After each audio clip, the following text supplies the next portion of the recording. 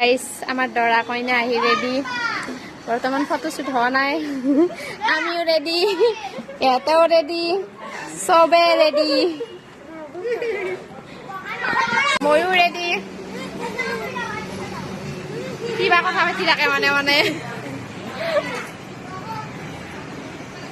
আমি মেকআপ করে ন